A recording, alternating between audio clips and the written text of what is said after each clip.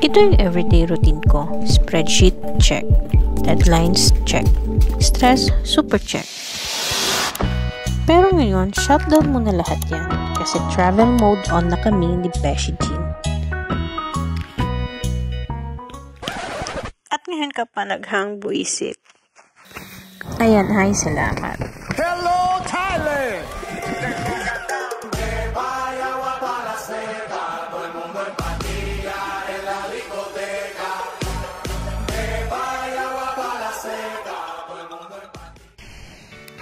New country, new adventure.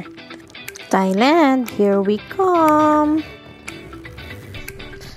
Mahilig kami ni Jean sa challenge, kaya this time, samahan nyo kami i-tick off ang mga to visit sa jam-pack itinerary namin at pagkasya ng 35k budget for 2.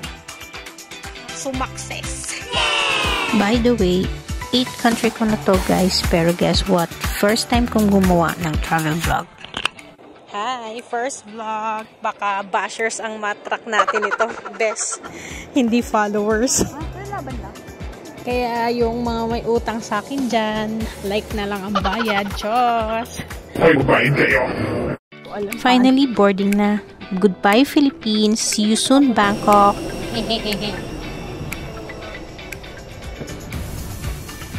Ladies and gentlemen, as you settle in for your flight, we kindly remind everyone to help keep the cabin a safe and respectful space for all.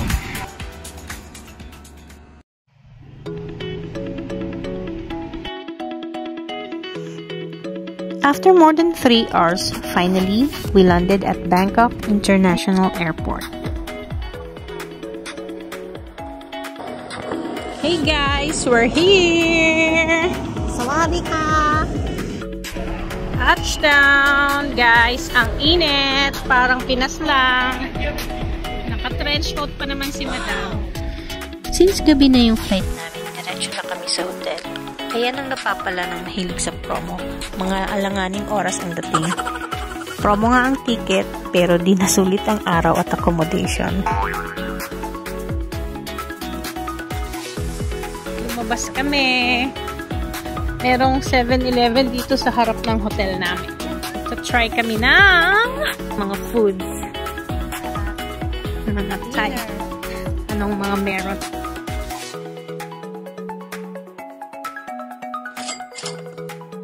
Tulog na. See you tomorrow. Night.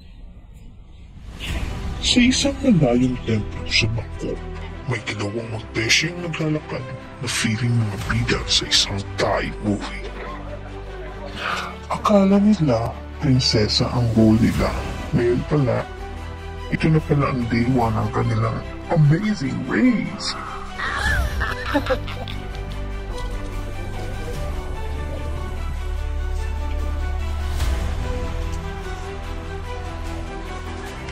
Feeling ka, Donya.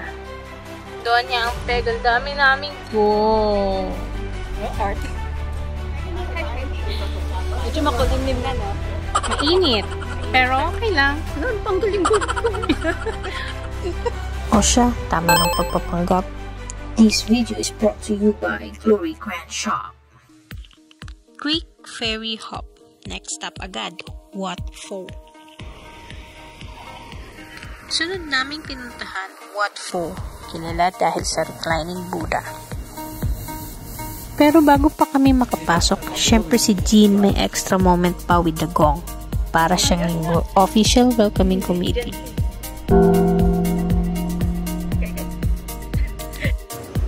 Grabe yung laki ng reclining Buddha. Halos sumasagad na sa buong hall.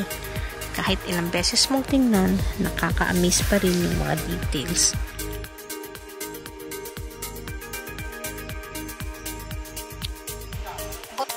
May Cafe Amazon dito mismo sa loob ng temple. Kape muna, i-charge para may lakas sa susunod na itinerary. Nakapagkape na, may energy ulit. Kaya next stop, Grand Palace. Alam niyo ba na ang Grand Palace ay dating naging official residence of Thai kings for over 150 years. Mga beshi, ito na yata ang pinakagarbong backdrop sa lahat ng lakad natin. Si Koyang lang, ang ganda ng detail. You will find temples, statues, and details na parang gawa sa ginto. Sulit kahit todo pawis.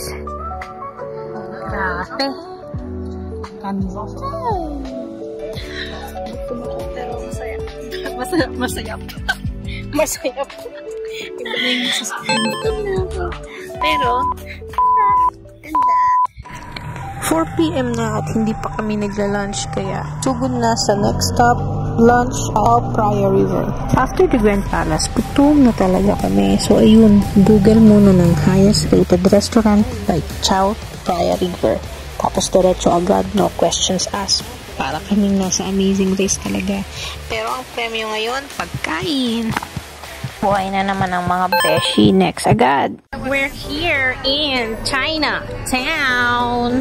Supposedly for street food sana to. Pero after the Chao Phraya lunch, busog pa rin kami hanggang ngayon.